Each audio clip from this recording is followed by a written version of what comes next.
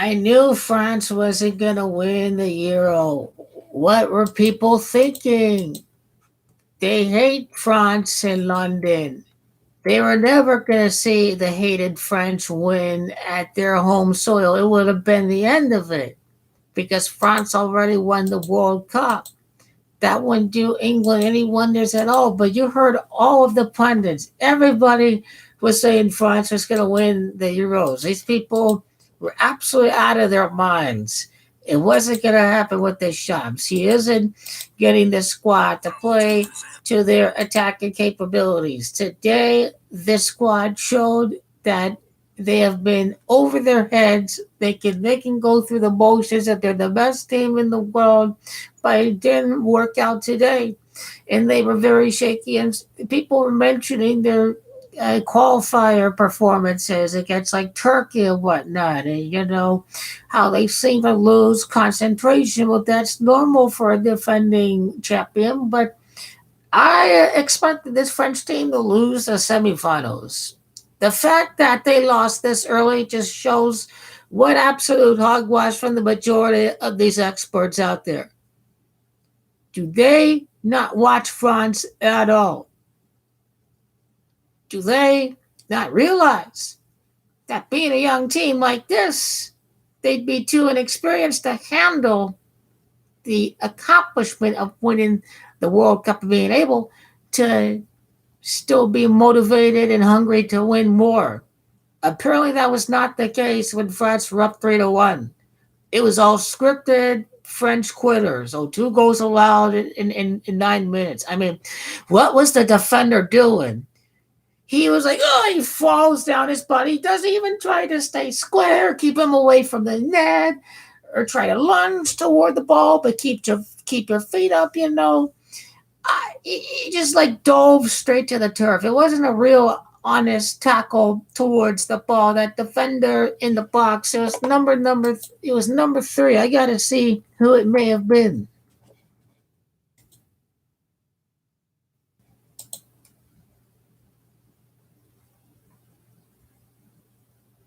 Kimpembe. Aye, the PSG man. PSG bottles it again. It was the defending that screwed it over for them. I mean, no wonder they lost the game. They put in this scrub Musa Sissoko in the game. Does he hold the midfield at all? What was Sissoko doing? Why was France so high up? I mean, it was weird because 2 goals in 9 minutes. Dematria shows you exactly how it was scripted. I mean, it was a Mario miracle to the core. It was a goal by Mario Sabranovic, whatever his name is. 90th minute. The fact that Mario has Dematria France, he does it against France. The goalkeeper saves Mbappe. I mean, he got into a fit with Giroud. It was like he took it too personally. Olivier Giroud is just saying that the team needs to play better when you're asked to get the ball, and he's taking it so personally, and he doesn't decide to keep it internally and handle it. He just decides to go say, I need to have a press conference. Okay, that showed that he was way over his head. This guy is becoming to have too much of an ego. When he feels the need to not consult anyone, to personally just say, hey, I'm scheduling a press conference. I'm going to go call out, be a woman about this, Take it so personally. I got my feet hurt by Olivier Giroud. Just such thick skin, man, from Kylian Mbappe. And he misses the penalty. It was all a scripted shaming ritual to respect your elders, like Olivier Giroud. He wasn't calling you out personally, individually. He was calling out everybody, the whole team, because he's the one who scored in the friendly. He's the one who actually made us penalty. Yeah, listen to a winner like Olivier Giroud, who won the Champions League and the World Cup. He won both the Champions League and the World Cup. Olivier Giroud has won everything with him. You got to go listen to guys who don't have to rely on athletic ability, but real hard work on the training ground. That's what Olivier Giroud is. Feel great because you have Axel Witsel, you have Dries Mertens, you have Thorgan Hazard out wide, you have Romelu Lukaku. You can play your tactics to go rely on your top-notch veteran experience at the back, Tony Odegaard and Jan Vertonghen, two mates, Ajax, Tottenham, in Belgium, and you have Thibaut Courtois, who's playing like a world-class keeper, the top keeper of the tournament right now. He is not conceding goals. He's playing as great as they are, as many of the legends that we've seen, like Neuer and Buffon and Casillas and Patricio winning the Euro and Lloris, the runner-up in World Cup. Same with Neuer with the Euro and Buffon with the Euro. They were runner-up in the Euro.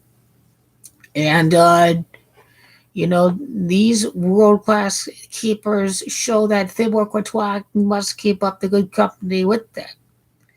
And now, defending not going to be an issue. I mean, Italy had struggled in the second half. I mean, Belgium were playing like, Portugal, let's just try to fight and preserve the lead. And if Portugal wasn't going to preserve the lead, if Belgium wasn't going to preserve the lead, then they were going to go out for the win having setback. I don't know if that's what Martinez thought about that, but I just felt that Fernando Santos, his usual conservatism, didn't lose the game. It was actually being too aggressive and caught on the counter when he started pushing bodies up at around the 40th minute. It was too much aggressiveness on Portugal that caught them off guard for that split second.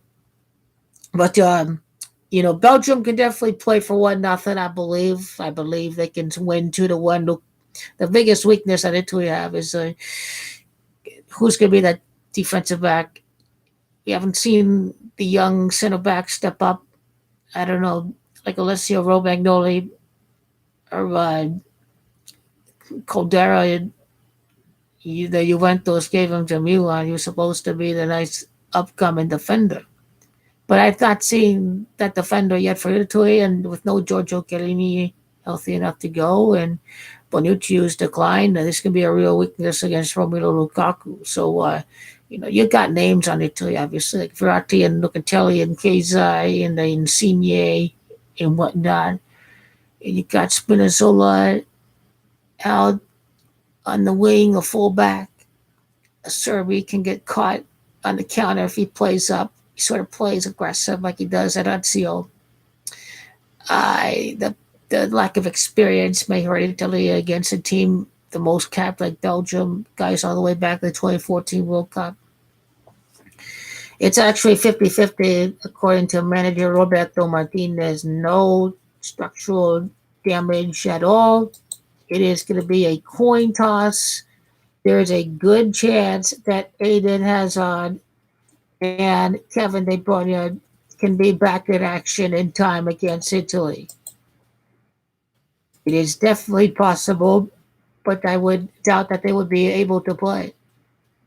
But they could come off the bench potentially if Roberto Martinez decides to do that. And if that is the case, then Belgium are going to be dangerous if the game is level. You put in De Bruyne, or you put in Eden Hazard, to change direction of the game. I mean, Belgium have not conceded goals in this tournament. They have been very stout, giving up a lot of shots, but they're reserved with their group. They don't allow you to score. That's what Toby and Jan and Courtois have to offer. These guys have 1-0 at Spurs. I mean, you think they're so motivated to win the trophy? This is the time for them to win their first trophy since Ajax days. You do it with Belgium, Tottenham Hotspur guys. Get them back there at Wembley with Lukaku, with his Everton and Man United days, Hazard with Chelsea, Kevin De Bruyne, Manchester City, Thibaut Courtois with Chelsea. All that experience back there with Vertonghen and Odegaard playing cup semifinals over at Wembley. These are the guys I can put them over the edge. The golden generation. Axel Witsel, this guy can do the job too. Borussia Dortmund, man. Napoli and Mertens. These are big time players. Italy, they definitely win a trophy with Donnarumma. Absolutely. I think it'll occur at Germany, 2024 for the Euros. A great, dangerous team on the rise that could potentially make danger for the 2026 World Cup. That's what predicted by 2024 with Donnarumma and the young rising core, the rebirth of Italian football. Like the golden generation's going to have the last crack here. France are out. Now, Portugal is a disgrace. Portugal, this manager, he does not utilize the attacking players on the team. He insists of parking 8 men back and all that. And I know you heard me just say that it was putting too many men up front in the 40th minute that cost them the game. But in these circumstances, you've been giving up goals left and right during the group stage. 6 goals allowed. It seems like it's not working for Portugal. There needs to be a manager out there who's going to get them to win possession constantly and to go out and utilize the attacking core for Portugal. It's in Portugal's DNA to always be very defensive. Portugal, sort of like France in a way. But that's how Portugal are playing right now. Fernandez has not done nothing. Yeah. Bernardo Silva has not done anything. No, Diaz has not done well. Portugal had a new group of players. Got better talent-wise. Still a young, different team. This is the same Belgium team they were not scared of. They're not scared of them. They're more capped than any team out there left, Belgium. They're number one. They got a proof. Why you beat Brazil and you beat Portugal? Belgium did. This group defeated Brazil and defeated Portugal. Could be pretty nice if Belgium could win the Euros so people can hype up Belgium for the World Cup and Messi can slay Belgium. That'd be pretty cool. If Lionel Messi slays Hazard and he slays Lukaku and he slays De Bruyne and he slays Thorgan Hazard. I mean, Lionel Messi against Belgium, man. That'd be epic if that's the case. I think for Lionel Messi. Portugal did not attack well at all. They got some penalties. Don't forget, they were lucky to get penalties to pad up Ronaldo's stats. You know, the own goals, the lack of ability to clear the ball at the back. Portugal got kind of lucky not winning only one Euro match, the year that they won it. So, Portugal are not going to go win it again. Wales did bad the last year, very bad, losing to Italy, losing to Wales 3-1. That was a younger Belgium team that couldn't handle the experience yet.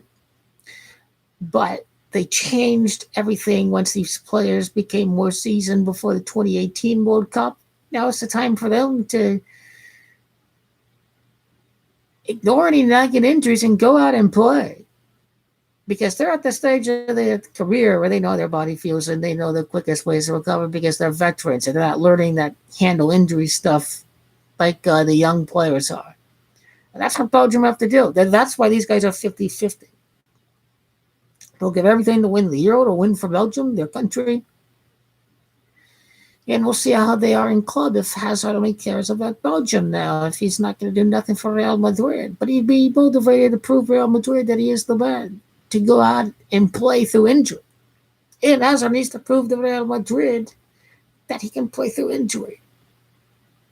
If he can do that, then Eden Hazard could be right that he can overcome the bad start to his Real Madrid tenure. But am I counting on it? Absolutely not.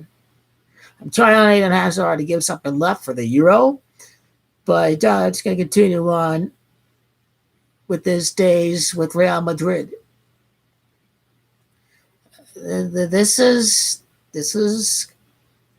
I think, one big weakness could be, I believe, is going to be center back that Italy need to get better against, Romelu Lukaku.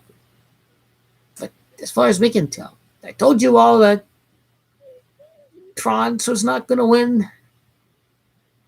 And what excuses will you be making when your pick is not correct? What's going to happen when Belgium win? What would happen if Lukaku scores and he catches up to now Karim Benzema in the Golden Boot conversation 9 days before the Euro final? I mean, who did you pick before the tournament, and do you have documentation of who you picked before the tournament? Can you do that?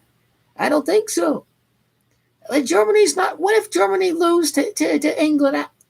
You need to be alive on the chat tomorrow.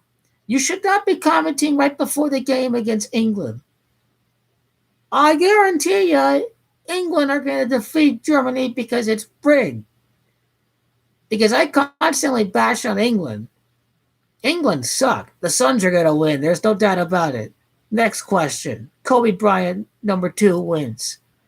Phoenix Suns, Lakers rivalry. Too easily scripted. Next question. And Germany's going to lose 1-0 or something to England. Okay, England is going to defeat Germany. I need to get to bed right now so I can wake up for the match and get 8 hours of sleep. But England are going to win. England are not giving up anything. And remember when they say Black Lives Matter, and it's a man born in Jamaica for all these Black Lives Matter haters that is scoring the goals for England. So it's all rigged for the kneelers to win anyways against Germany. It's all rigged that way. Portugal didn't kneel during their first match. Belgium did. They said they're going to kneel throughout the tournament. What happened to Portugal? They lost. I absolutely guarantee you Italy's not going to kneel because they're not about political correctness. So what's going to happen? UEFA's going to say, hey, kneelers, we need the kneeling over at England, where the Premier League likes that stuff. It's going to be rigged. I mean, England has only scored 2 goals in 3 group matches, but also they've not conceded. So I got to go see if they're going to have a formula like Portugal in 2016. Maybe even Greece, too. Because if you do this against the Czech Republic, a team in the quarterfinals, that's something to look out for. England are showing that they should be able to take advantage of a golden opportunity to potentially go far in the tournament by beating the worst German team in years. I mean, it's going to be embarrassing if England lose to Germany. I'm talking about the English perspective. The German perspective, they're going to go on and play because that's Germany. That's just like Italy. They're always going to carry out business and fight for their country. They're the best out there doing that. In Europe, at least. Brazil, they're all united. Everyone loves everyone there.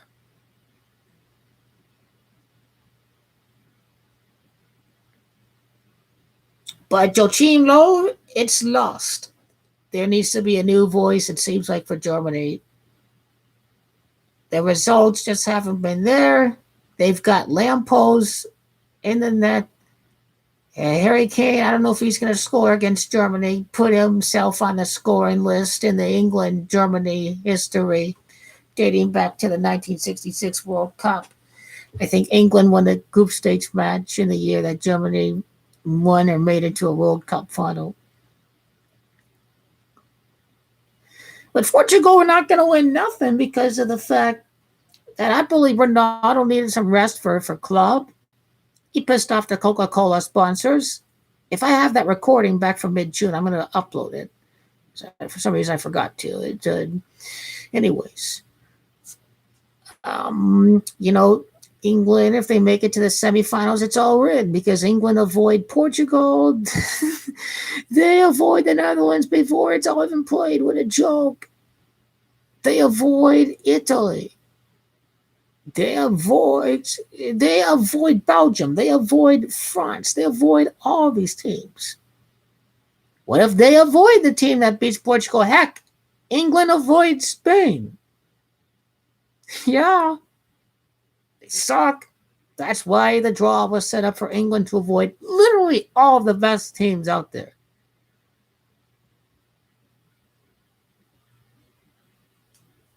I wouldn't mind seeing the Czech Republic against England at all. It thinks to be England against Denmark, the Battle of the Crosses. That'd be a good thing to read up on what kind of history would be involved with England and Denmark under this scenario.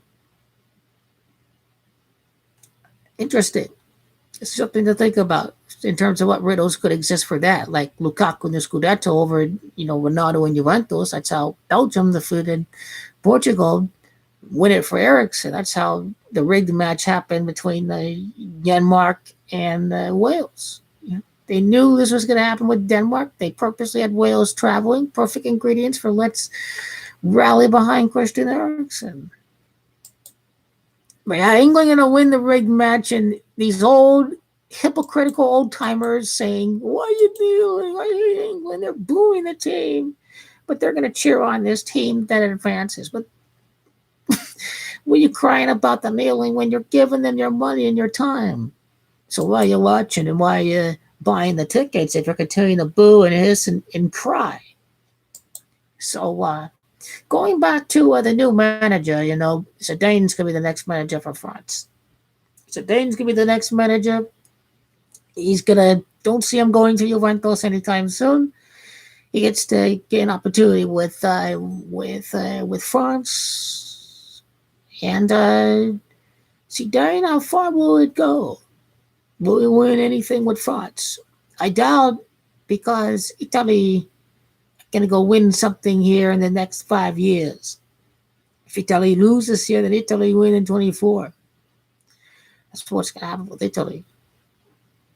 As far as the golden generation and the symbolism of Corona, we definitely see it with Spain going through and Italy going through to the quarterfinals. Be something to look out for. But this is the political messaging of the kneeling too. That's going to play into the factor. So the kneeling factor is why I'm going against Italy, despite the good feel story with COVID. But what if they're fully recovered and vaccinated right after this Euro, and we wait for that in 2024 with the Dragon Roberto Mancini? The two Robertos win the next 2 Euros. That's what Belgium-Italy match is going to be all about. One of the fine ones of recent memories. But these guys are 50-50. They may be able to play. These are big-time optimistic reports on the side of Belgium that they can give it one last go.